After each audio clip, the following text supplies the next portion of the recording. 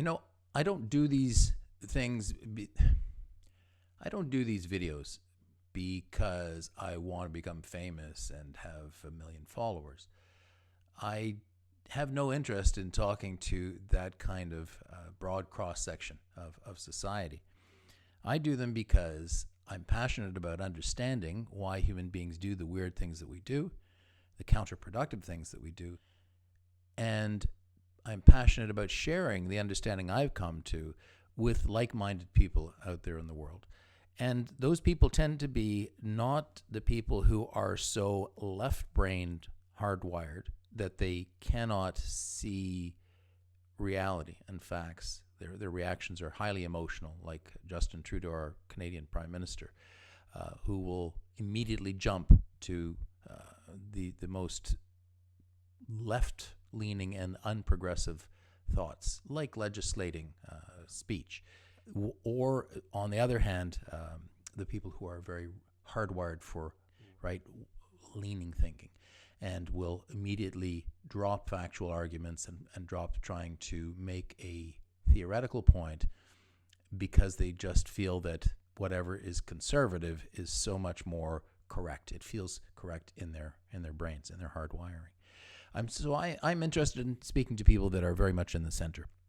Not even to libertarians, who I think are a little too clever. They're so clever that they can't understand that all of the dumbasses out there are not going to be able to live in a world without clearly defined rules that govern their behavior. Today, I'm going to read you another blog post of mine from a couple of weeks ago. I find that I think best when I have things scripted, and so I'm going to read instead of try to ad lib. This one is called Why Republicans Support Trump Unconditionally. The reason is because Donald is Ronald Reagan. So many people around the entire world can't understand how the supposedly moral and upstanding Republican members of Congress, Senate, and the general public can be supporters of the Donald, regardless of how horrible his lying and actions are. The answer lies in the supposed worship they lavish upon the Reagan years.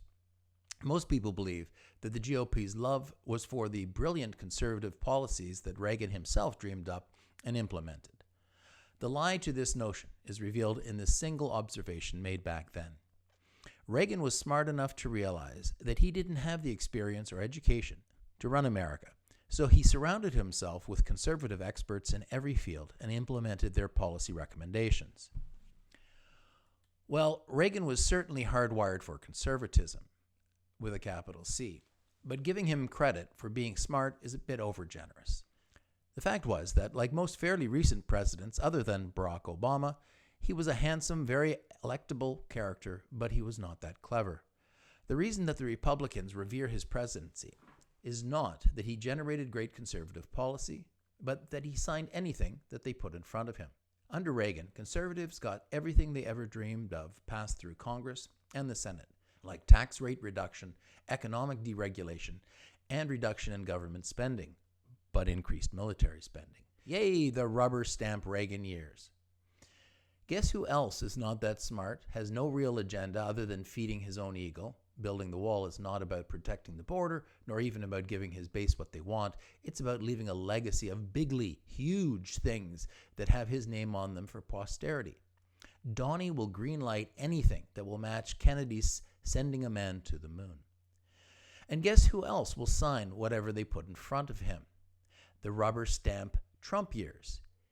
Even W. Bush pushed back on the policy demands of his fellow Republicans, questioning the long-term impact of most things that the GOPers tried to get him to approve, except, of course, the war in Iraq. His family benefited big time from both the war at American taxpayers' expense and the contract Halliburton was handed to rebuild the country at the expense of Iraqi taxpayers for decades to come.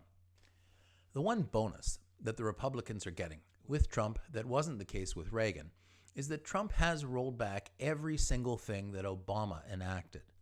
They promised to block anything that Obama tried to do from before he was officially elected.